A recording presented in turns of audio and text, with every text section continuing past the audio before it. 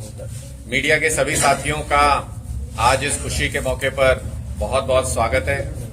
आज हम सब लोग हरियाणा के हर डिस्ट्रिक्ट में आम आदमी पार्टी के सभी जिले तक के पदाधिकारी इकट्ठा हुए हैं और सेलिब्रेट कर रहे हैं, एक ऐसे मौके की खुशी मना रहे हैं जो बेईमानी पर ईमानदारी की जीत का प्रतीक बन गई है।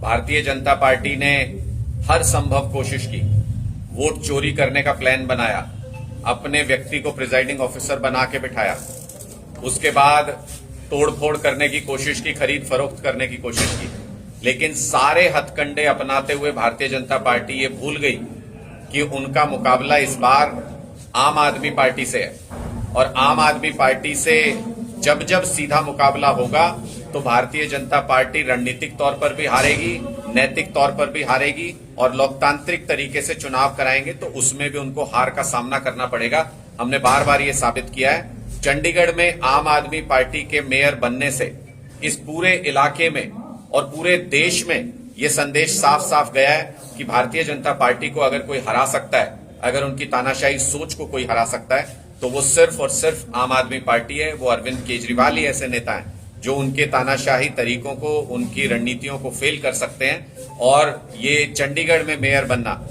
आम आदमी पार्टी के लिए बहुत बड़ा मोरल बूस्टर है।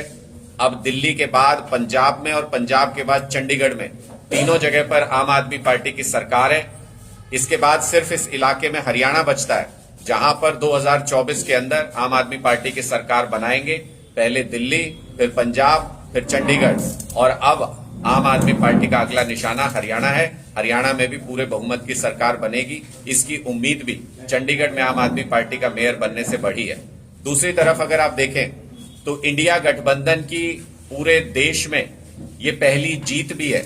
इसको उस तरीके से भी देखा जा सकता है कि इंडिया गठबंधन भारतीय जनता पार्टी के खिलाफ बना और पहले ही मुकाबले में भारतीय जनता पार्टी को हार का मुंह देखना पड़ा।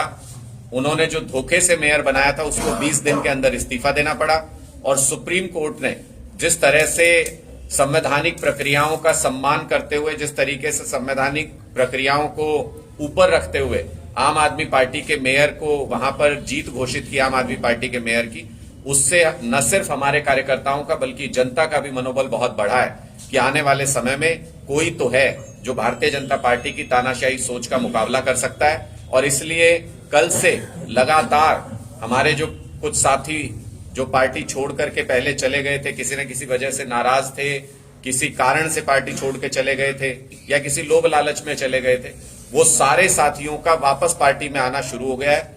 और हमें कल से कई सारे कॉल्स मिले।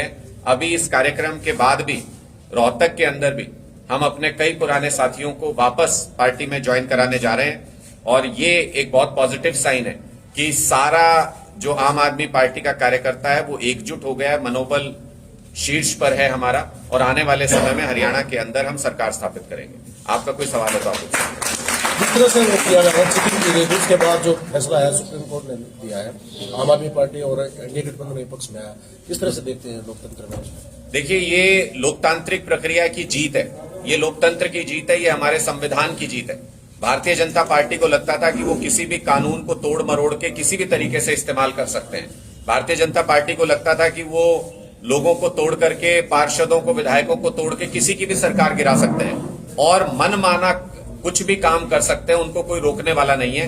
पहली बार आम आदमी पार्टी से जब चंडीगढ़ मेयर चुनाव में उनका मुकाबला हुआ तो न सिर्फ हमने उनकी इस बेईमानी को चुनौती दी बल्कि उस बेईमानी को पूरी तरह से कानूनी प्रक्रिया से भी और लोकतांत्रिक प्रक्रिया से भी हरा करके चंडीगढ़ में अपना मेयर बनाया है। इसके बहुत दूरगामी परिणाम है।